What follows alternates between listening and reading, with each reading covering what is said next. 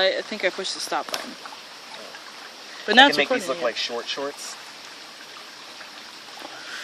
I don't think you should. Check it out.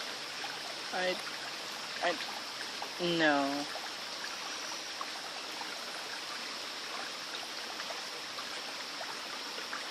God.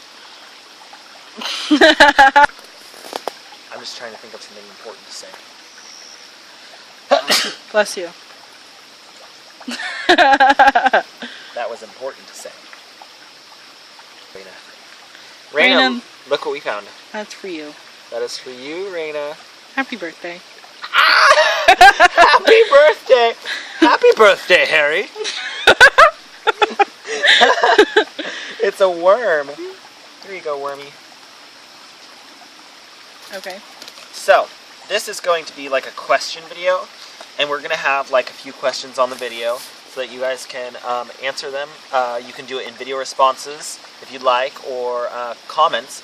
And our first question is, what kind of plants can you guys harvest in your area for the second harvest? Second harvest is coming up in like 20 days, right?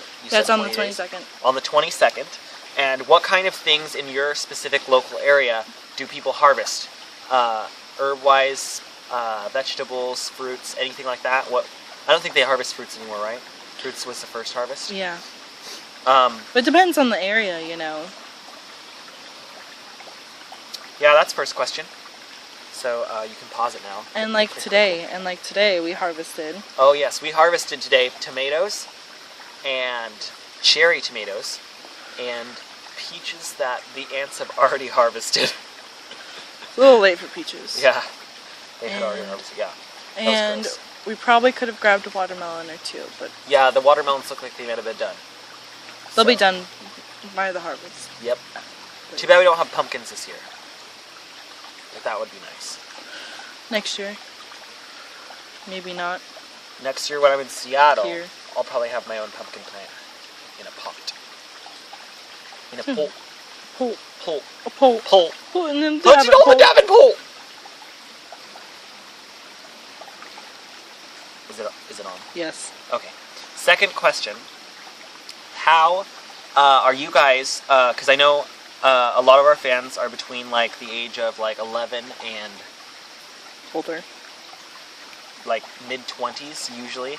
I looked on the demographics page, like what the age groups are usually. So on 11 to 20 is probably a good estimate, because I know it doesn't say 11 because I don't think you can sign up that young for YouTube, but I know there's some younger people that are watching our channel.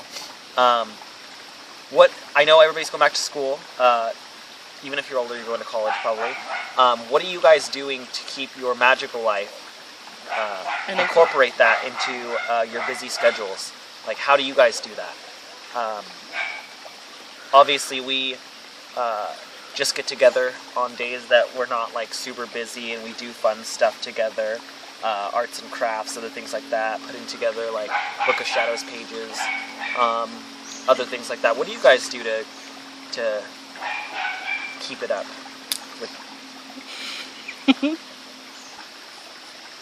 That was a nice stick. Now it's gone. Is it still going? Mm-hmm. What? Boom. Next question. Alright, third question. What is your preferred element and your born element? Your born elements could be the same, could be different. It's like your zodiac. If you're into that, I guess. Like, I'm Aries, and I was born a fire. But my preferred element, is air. So, go ahead. I don't know what my born element was. It's like, it's either earth or air, I think. I'm a Libra. I think it was earth. Libra's earth. I'm not sure. But I'm water. But you're still earthy, because I'm earthy and water. Raina always told me I'm still kind of fiery, but I'm like muddy. her element is mud. Like mud. On the end of my rainbow stick. Rainbow stick, huh? Oh my gosh. I'm at my umbrella, my rainbow umbrella. You want to see it? It's so pretty. True love, true love. Okay. Da-na-na. Spin it. Yay!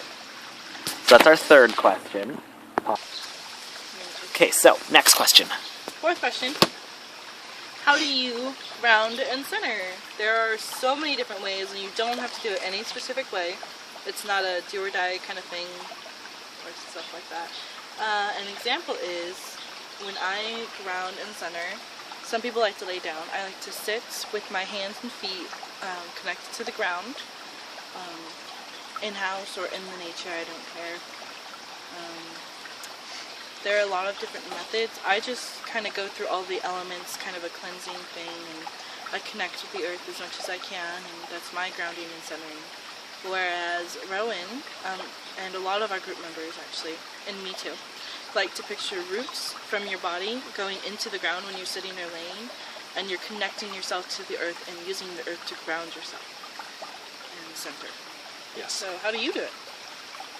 Yeah. Bam. Skadoosh. Okay, alright, so familiars, do's and don'ts. A lot of time you want to take your familiar out with you when you're practicing or in nature. Take them out on walks, stuff like that. Going to the park and connecting with them and connecting with earth at the same time.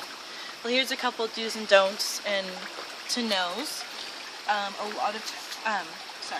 If you have a dog as a familiar, you want to take them with you.